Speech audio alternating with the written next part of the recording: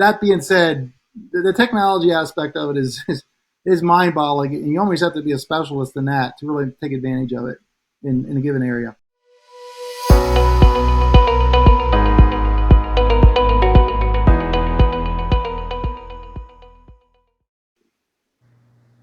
Yeah. Well, Steve, I know this kind of dumbing it down, but I think, with a lot of listeners too, and I think a lot of what we'd be doing with this podcast is just educating people. Can you give like just the high picture of, in breaking down why no-till and the cover Mhm. crops and kind of what the process there is, just for people that haven't had any exposure to this? Well, first of all, it's a great question because you need to have a why. Yeah. If you're just doing it because you read about all this stuff in magazines, or maybe just because your neighbor's doing it, no-till or cover crops, they're one and the same in that dynamic. You got to have a reason because you will fail. You just will. I've kind of turned into more pragmatic approach. I'm not a cheerleader, and that's why I call my business cover crop coaching. I'll say I'm more of a coach on the field of the players because you're going to need help. And I always tell farmers the best thing that they can do is to find a mentor. Someone in their local area is ideal. If they're not there, go to wherever that someone is that at least you can kind of relate to. You can pick up the phone, text, email, whatever. Because you will have questions. This is biology we're talking about here. It's not a prescription that we just all hand out to everybody and boom, there it is. That's your success map. Everyone's going to have to learn. I think farmers too have lost the art of farming, and that needs to get back into the culture of agriculture. I'm not against crop scouts and independent consultants and stuff like that. We need those people, but some farmers have just left that up to other people who really don't know their fields like they do.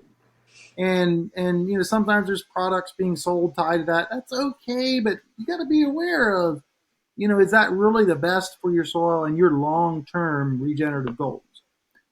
So I think understanding why you're doing no-till, why are you doing cover crops? And I mentioned extreme. Our Amish neighbors, they have a reason like most people don't. It helps them cover more land quicker, and that's generally not an issue for most non-Amish farmers.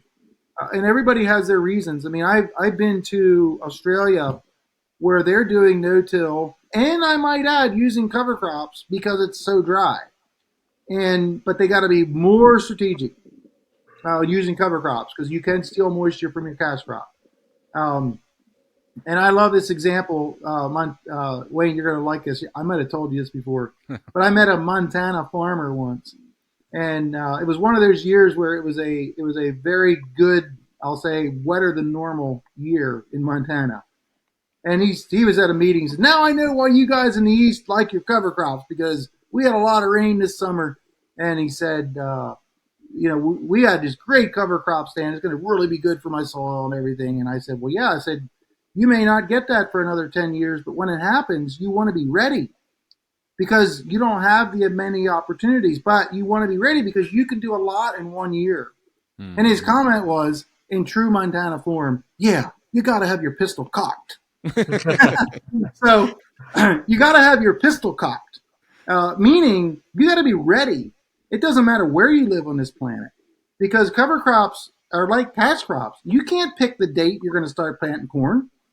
No, you can plant an average window, but you can't pick the date. You may or may not be right. You could be, but strategically, probably not.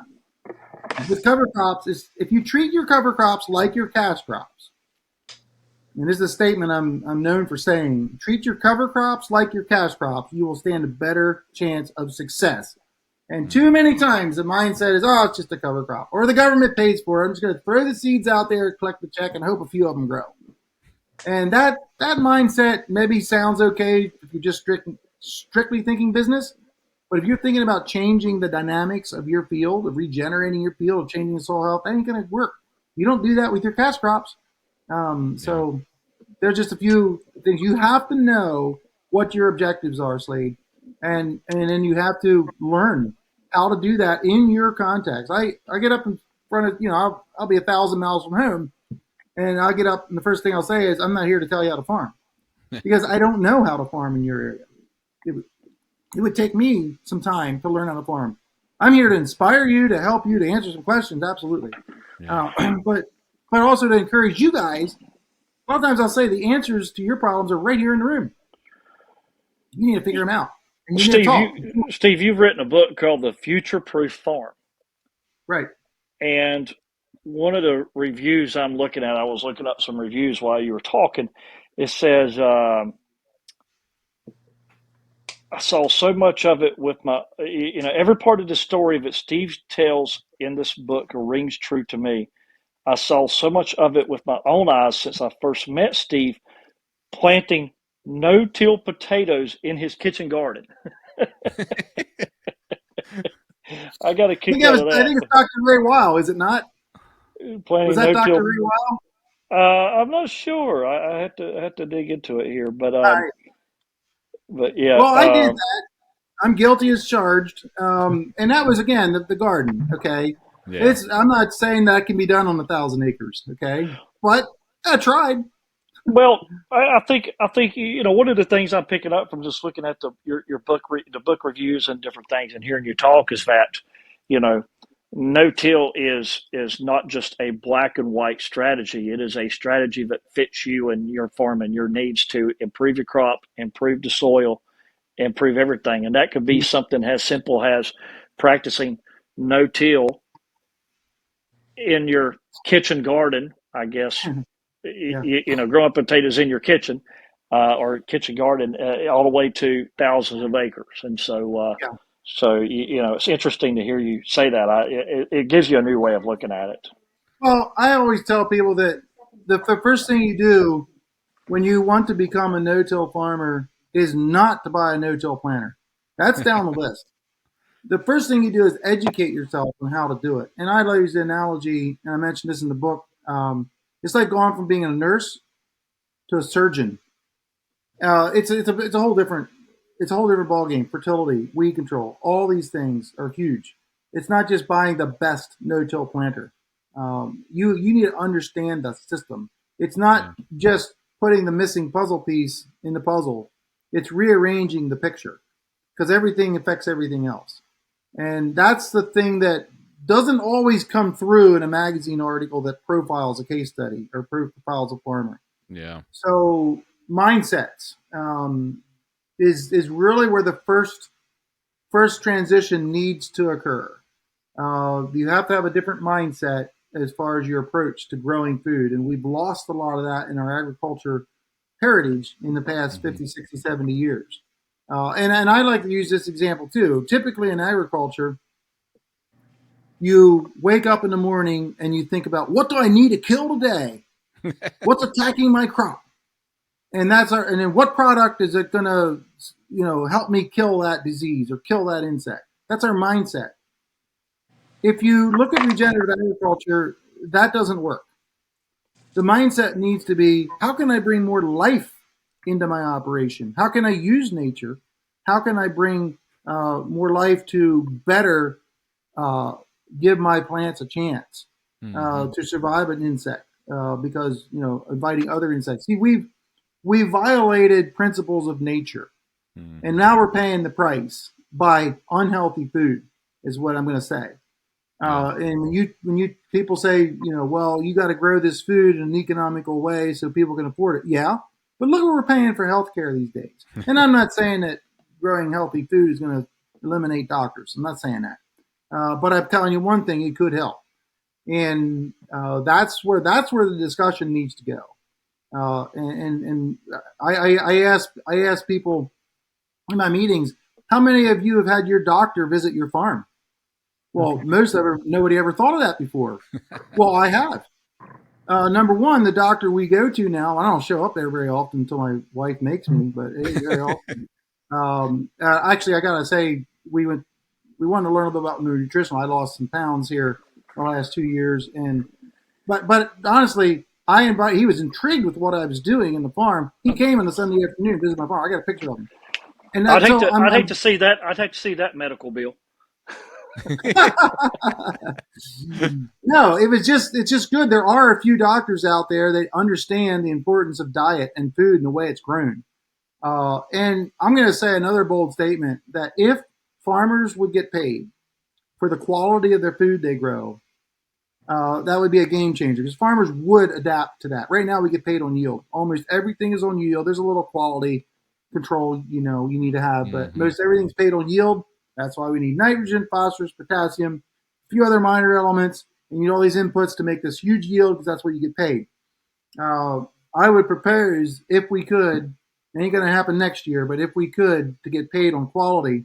And I'm not just talking about vitamins and minerals. I'm talking about antioxidants and stuff like that. All those things that can make a person healthier. That's if we could do that. Big goal, but Yeah. that's where we need to be talking about. That's where the discussion needs to lie because that affects every person on the planet. Yep. That's exactly Because we right. all want to be healthier. Slade, you So. deal with a lot of farmers and landowners and people buying farms that are not farmers, correct? Correct. Steve, what would you say to landowners who are not farm, who do not have a farm background, that are buying farms? Because we're seeing quite a bit of that. What would you say to them when it comes to renting that land out or selecting somebody to manage it or run it for them? What advice would you have for them? Generally fall into two categories. One category is who's going to pay me the most rent. That's a business mentality. Okay, fair enough. The other one is, okay, I got this property here. I really concerned about some stuff. I would like that farmer to grow things in a way that actually enhances the soil. Mm-hmm. And sometimes it's difficult to find a farmer who even understands how to do that. Other times you'll have a farmer who's like, yep, I'm doing it. So ideally, you want to have, the ideal scenario is a farmer that can manage that in the way that the landowner would want if that's what they want to do. Quick example, I've been doing this for a long time. People in the community around here know me. They see articles in the paper and so forth. About 10 years ago, I had, over a period of a couple years, I had 5 different farm owners, non-farm owners, that contacted me within, I'm thinking here, about 8 miles of my place that said, Steve, we'd like you to farm our land because we know the way you farm it. Now, cumulative, it was only 100 acres, right? But the point being is they wanted me to farm it because of my reputation and the way I did it, because they cared about the soil. And half that 50 acres, no rent. Just because, honestly, they didn't need the money. They just wanted their land to be taken care of and probably so they could, brag to their buddies that what we're doing and all. So that was kind of cool. Now, I have to tell you the follow-up story is in a business decision on my end, I gave that up a couple years ago because I wanted to focus a lot more research on what I'm doing here on my farm. So I no longer have those acres. I did give them up. I was reluctant because I kind of felt bad a little bit, but I can only do so much here. So Yeah. but that's a cool story because there's an example there where some landowners do care. But this whole deal of non-farm or absentee landlords, all this stuff, it's a huge barrier out there. In depending on which side you're on, and it's something that there's no easy solution to. So Interesting. It's pretty neat. Well, I don't know if anybody else has any questions for Steve, but Steve, we thank you for coming on and telling us a little bit about that. We're just Yeah, some guys having thank conversation you, here. So. thank you, Steve. I would like to, once we put this podcast out, to put it out to ask questions mm-hmm. that from viewers and audience that they would like to ask, and have you back on again, and essentially collect those questions and whatnot, and Yeah. come back and explore this a little bit further, because I think when we share this, sharing some links to your website, book, different things, talking about the hemp like we touched on, I Yeah. think that would be a good follow up. So we'll have a follow up conversation, and explore some of those questions, and dive into the hemp stuff a little bit more, because I think that would be interesting to a lot of the blockchain community, and opportunities that may exist for that space in the future. So Yeah, I don't know if I mentioned it, but carbon, the Yeah, I whole was going to carbon say credits, we didn't talk about that's that another either. podcast right there. yeah, That is yeah. that is the wild wild west right now, but it's going to be a thing. And there are some opportunities that are maturing that especially in what you guys are involved with, that I think can be very significant in managing that opportunity. Yeah, so I think maybe we'll put it out there and ask for some questions that people like to Mhm. ask, and then to take those and essentially aggregate those into a list. And when we come back and talk again, we'll ask those questions. All righty. Yeah. No, that's Yeah. good. Steve, where can people get a hold of you if they need to? SteveGroff.com. Just my name, SteveGroff.com. And I'll just give a shout out for my CBD business is CedarMeadow.farm. CedarMeadow.farm. But just to get to know me a little bit better. And then I have a book on SteveGroff.com. If you're interested in that, you'll find it there. Yeah. Good. Well, thank you Yeah. very much, Steve, for joining us for this podcast today. We really appreciate you taking time. You're still farming in there, I'm sure, so it's probably Yes, busy sir. time of the year yet, but Still thanks is. again for joining us. Thanks, Steve. Yeah. Thank Thank you you, so guys. much. Thank Yep. you. See ya. See ya.